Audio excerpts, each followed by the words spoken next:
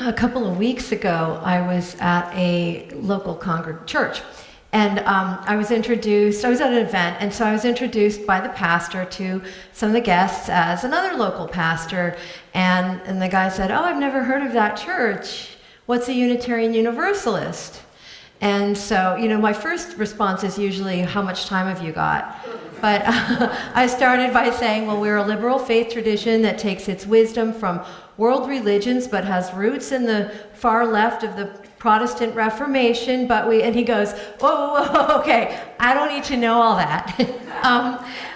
As long as we all worship Jesus Christ, and I go, wait, no, hold on. We actually don't all worship Jesus Christ, actually. Our religion is historically Christian, but our treatment and our beliefs about Jesus really vary, and then he interrupts me again. Wait, okay. Oh, all right. As long as we all worship the same God, he feels, he's really being accommodating here. And I go, actually, not quite. And he's completely confused by this point. And he says, "What? You worship Buddha? Do you Muhammad?" And I just go, no, really. And he says, "Then who?" So right there, we've identified a huge divide. And it's one of those moments of just pure scrambledness, not just between the person who believes in God and someone who doesn't. I actually do, but you see here, but also the confusion between people who believe in God and assuming that other people believe in the same God, or that all religions believe. So it's just, then we ran out of time and we had to go into the program. And I thought, oh, that poor man, he was looking at me a little weird in the church, like, what kind of church is that, and what are you doing here? So if you came here this morning to explore religious ideas and thought that the great division is just between atheists and theists, I wanted to make sure we started by opening it up beyond even that, because the fact is there are so many personal ways of understanding ultimate reality. And the only way for us to really get to a place of understanding with each other is to engage in small group and one-on-one conversations together. Because what I actually said to this guy before we went in was, when you ask me who we worship, it's not a who. And so I figured, well, he and I would need hours together for me to begin to touch the amount of diversity, theological diversity among us. So I tell people this a lot because, for one thing, I'm sorry, I skipped something. I could have told this man that actually many Unitarian Universalists are agnostics, and that many are atheists, and that many are just, comfortably undecided. And I tell people that a lot right away when I meet them, because it tends to cut them off in the middle of their explanations to me of why they don't like organized religion. The minute they hear I'm a minister and they start, well, I don't like organized religion because so much evil has been done in the name of God. To which I respond, I know, couldn't agree more. And I say, we don't believe in that God. And in fact, in my religious tradition, you don't have to believe in any God to be part of our community. And they're like, oh, how does that work? So in case you're wondering specifically how that works, let's turn to your hymnal to the first 4 pages of it's going to the introduction, but you'll find right after the preface, and this is in the preface, you see this little page that starts with a big "We, the members of the Unitarian Universalist Association," and you may be familiar with the principles, the inherent worth and dignity of every person, but I want us to look together at the living tradition we share draws from many sources.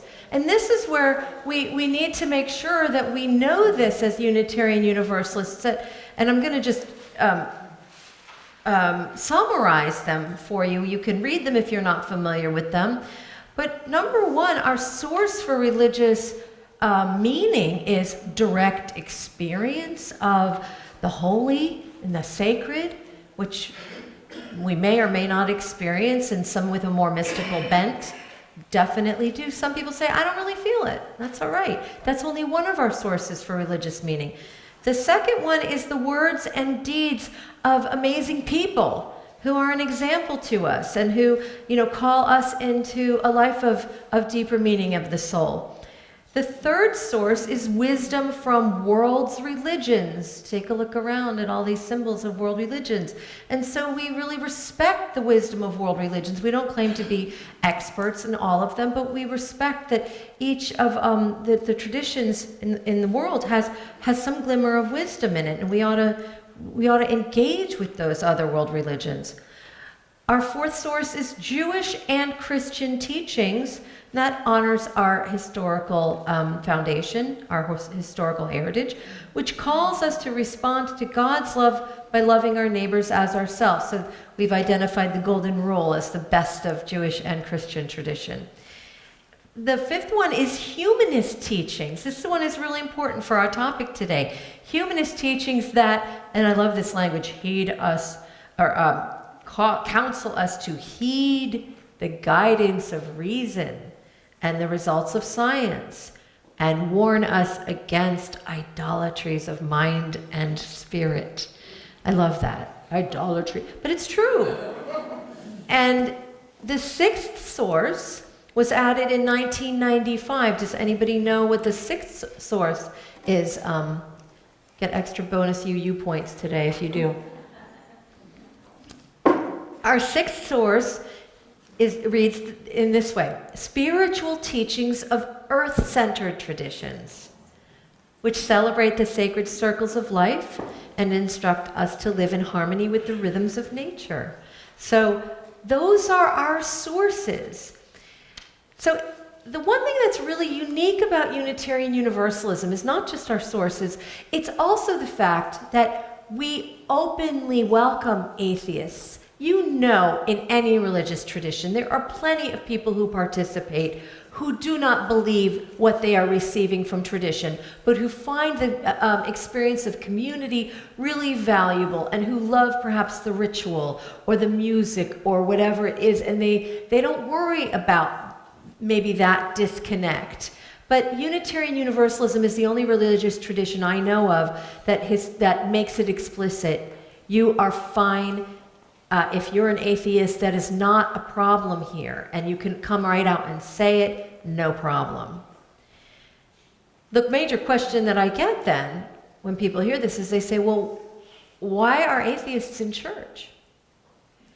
And I say, you know what, here's what I've observed in my lifetime as a Unitarian Universalist, that atheists are part of our congregational life because they value community, because they are interested in spirituality and religions and moral ideas, because they are committed to ethical action, because they experience reverence and awe and appreciate the opportunity to worship, because they love music, because they love the time for meditation, because they love peacemaking, because they want to be in multi-generational community.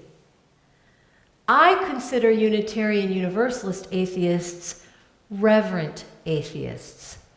And I hope that they can be bridge builders between what I call fundamentalist atheists and the religious community in all of its diverse forms.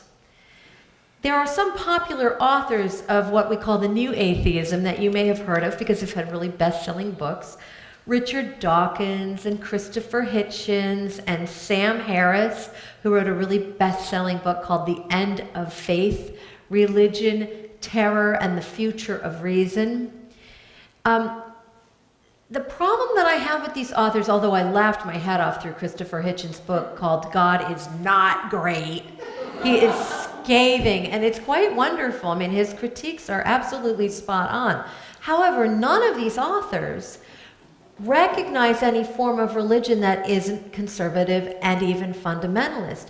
None of them recognize any God concept that is outside of fairly conservative forms of Judaism, Christianity, Islam, etc. And so it's to be a Unitarian Universalist is kind of to be betwixt and between, because it's like I can't relate to those God concepts either, so I'm right with you guys.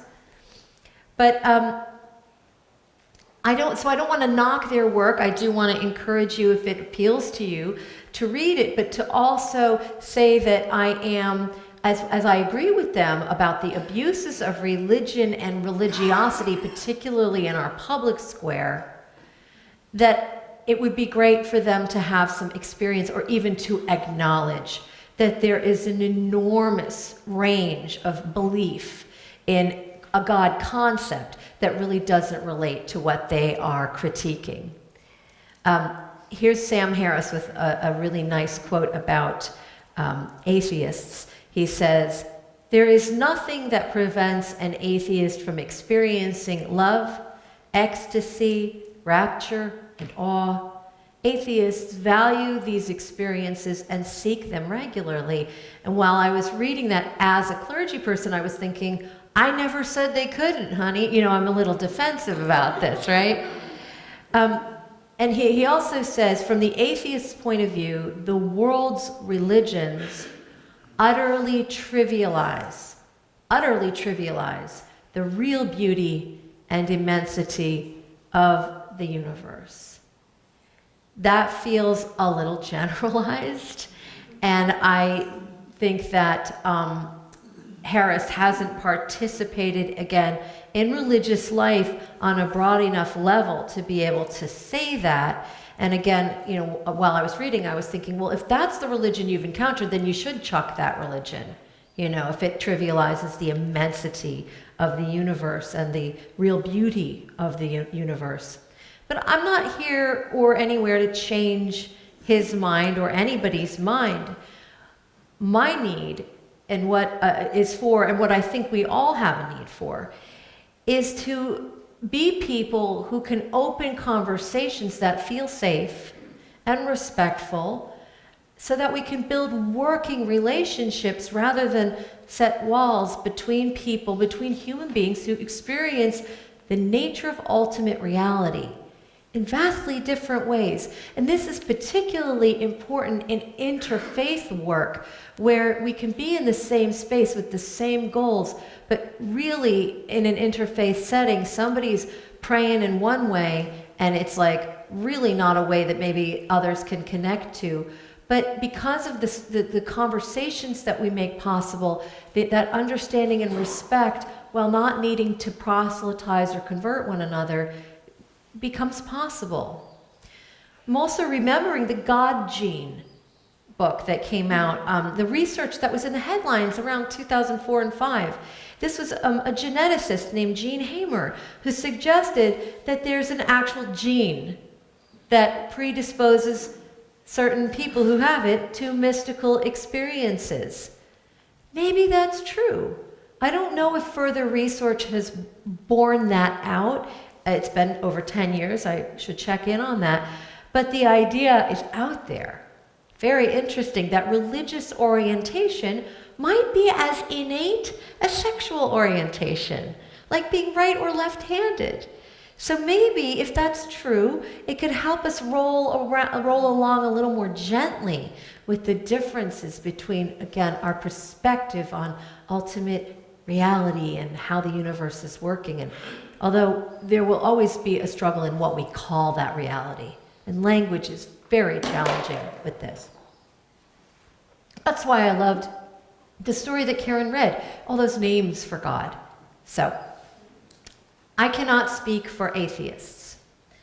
I can only speak as someone who has ministered to and with atheists in our Unitarian Universalist congregations for 20 years. And I can speak as someone who has shared religious fellowship with them for my entire life. And my parents were both atheists. I believe that the atheistic perspective is not only valid, but that it is valuable. And that as much as it may seem contradictory for those who do not believe in God to be part of a religious community, it is important that they be here. For one thing, however ironically this may seem, or however ironic this may seem, non-theists, which is a word I like to use more than atheists, but non-theists keep before me the importance of regularly thinking through and defining for myself and finding fresh language for what I mean and do not mean when I say God. Atheists especially challenge me not to fall into cliches about God, a word that I'm aware has many different definitions among us, probably as many as there are individuals in this room. Sharing religious fellowship with reverent and ethical atheists reminds me also of the importance of defending atheists against accusations that one must believe in God in order to be moral and trustworthy. I find that accusation totally ridiculous, especially in today's day and age, and barely worth dignifying with arguments. But ministering with atheists keeps before me, and should keep before all of us, the need to push back against and respond to any exclusion, insult, or persecution of atheistic persons or perspectives in our local and national communities and institutions. Again, it just seems, I think from our perspective, preposterous to have to keep that in mind, but it is necessary. No one here cares whether or not anyone here believes in God by any definition. What we do care very much about is that we are constructing meaning together, that we are finding strength together for what life presents to us, that we are equipping ourselves to be faithful participants in a diverse and challenging world that grows more complicated and more demanding all the time. We do not claim to have the answers to questions that perhaps can never be answered. What we do claim is that it is possible to create beloved community that includes a wide variety of spiritual perspectives, reverently, with our feet on the ground and our eyes toward the horizon, all the time respectful of the mystery in which we live and move and have our being. So next week, as many of us will be at Ferry Beach for our church retreat, we will have a service here we will have a service here at our custom time. I will be leading it, and we will talk perhaps in small groups about some of the ways we find ultimate meaning. So I hope that you will be part of that kind of a follow-up of this talk this morning. Amen. Amen.